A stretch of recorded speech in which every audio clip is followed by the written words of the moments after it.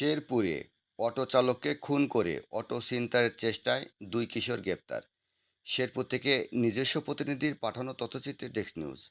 শেরপুরের নকলায় অটো চালককে হত্যা করে অটো ছিনতাই চেষ্টার অপরাধে অটো চোর চক্রের দুই কিশোর সদস্যকে গ্রেপ্তার করা হয়েছে। 8 জুলাই সোমবার নকলা থানার বিভিন্ন এলাকায় অভিযান চালিয়ে তাদেরকে গ্রেপ্তার করে নকলা থানা পুলিশ। এ বিষয়ে 8 জুলাই সোমবার দুপুরে জেলা পুলিশ সুপারের কার্যালয়ে সাংবাদিক সম্মেলন করে এ তথ্য জানান police super Akramul Hossain PPM.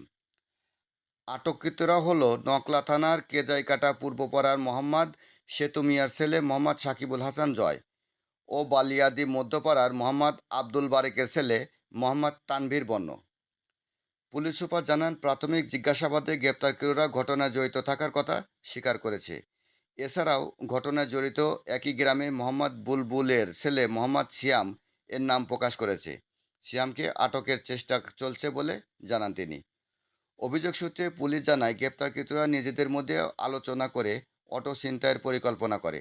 এই পরিকল্পনা মোতাবেক রবিবার রাতে নকলা থানার চন্দ্রকোনার মৃত হাসান আলীর ছেলে উসমান মিয়ার অটো ভাড়া করে।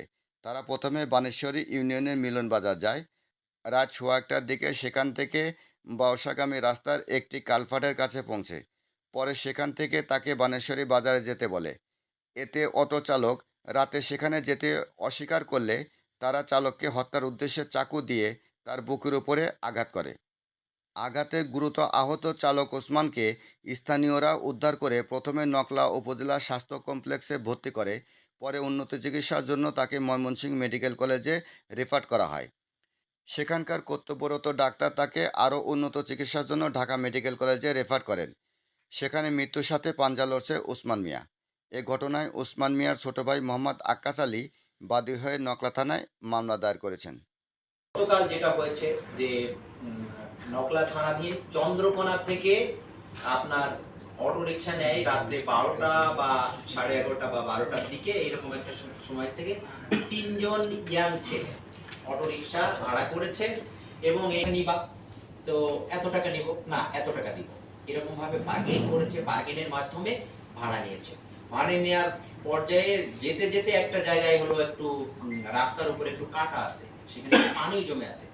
এই পানি জমার জায়গা থেকে যে অটো রিক্সা চালক সে 50 একজন ব্যক্তি, সে অটো রিক্সা যেখানে নিয়ে যেতে চাচ্ছে সেখানে নিয়ে যেতে রাজি নয়, যে ওখানে যাবো না। হয়তো উনি সেন্স করেছেন বা ওনার ধারণা হয়েছে এখান থেকে যদি ওখানে নিয়ে যায় তাহলে কোনো ধরনের কোনো বিপদের সম্মুখীন হতে পারে। সেই প্রেক্ষিতে উনি যেতে চান নাই। এইরকম একটা অবস্থায় বাদানুবাদের সৃষ্টি হয়, একটু ঝগড়ার সৃষ্টি হয়। এইরকম একটা পর্যায়ে ওই যাত্রীদের ভিতরে একজন তার বুকে ছুরি চালিয়ে দেয়, একদম বুকের মাঝখানে ছুরি চালিয়ে দেয়, পিঠে ছুরি চালিয়ে দেয়। পিঠে ছুরি চালিয়ে দিয়ে ওরা পালিয়ে যায়। কে বা কারা এই কাজটা করলো কেউ জানে না। দ্রুত গতিতে এই লোকটাকে হাসপাতালে ভর্তি করানো হলো।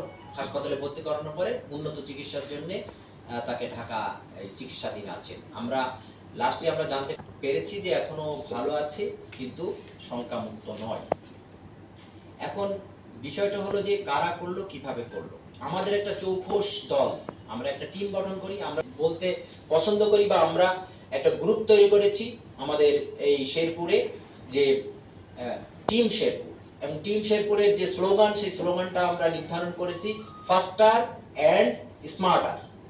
ফাস্টার মানে কোনো ঘটনা ঘটলে সেই ঘটনা দ্রুত রেসপন্ড করা, এবং শুধু রেসপন্ড করলে হবে না, ঘটনাটি আমি খুব স্মার্ট হয়ে খুব দক্ষতার সাথে যেন ঘটনার উদ্ধারণ করতে পারি, ব্যবস্থা নিতে পারি। এইরকম একটা প্রেক্ষিতে আমাদের এই যে একটা দল, সঙ্গে সঙ্গে আমাদের অফিসার ইনচার্জ, আমাদের সার্কেল এসপি, আমাদের সিনিয়র অফিসাররা দল গঠন করে দেয়, একটা টিম গঠন করে দেয়। টিম ইনভেস্টিগেশনে না, টিমের এই ইনভেস্টিগেশনের একটা পর্যায়ে তারা বিভিন্ন আঙ্গিকে কাজ করতে থাকে, ম্যানুয়াল, আমাদের টেকনোলজিক্যাল কাজ করতে থাকে। এরকম একটা পর্যায়ে আমরা একজনকে ধৃত করতে সমর্থ হই। আমাদের টিম ধরে ফেলার পরে তার পর্যায়ক্রমিকভাবে আরেকজনকে ধরার পরে আমাদের বিভিন্নভাবে যে ইন্টেন্সিভ জিজ্ঞাসাবাদ, এই জিজ্ঞাসাবাদের মাধ্যমে তারাই এই কালপিট। এবং এর ভিতরে এই তিনটা ছেলে উঠেছিল ইয়াং, তিনজনই মাইনর বয়। তারা ঢাকাতে থাকে, ঢাকাতে ডেভেলপমেন্টের কাজে সহায়তা করে এবং ঢাকার গাজীপুর থেকে ছুরি কিনে নিয়ে এসে প্ল্যান করে এখানে তারা অটোরিকশা ছিনতাই করবে।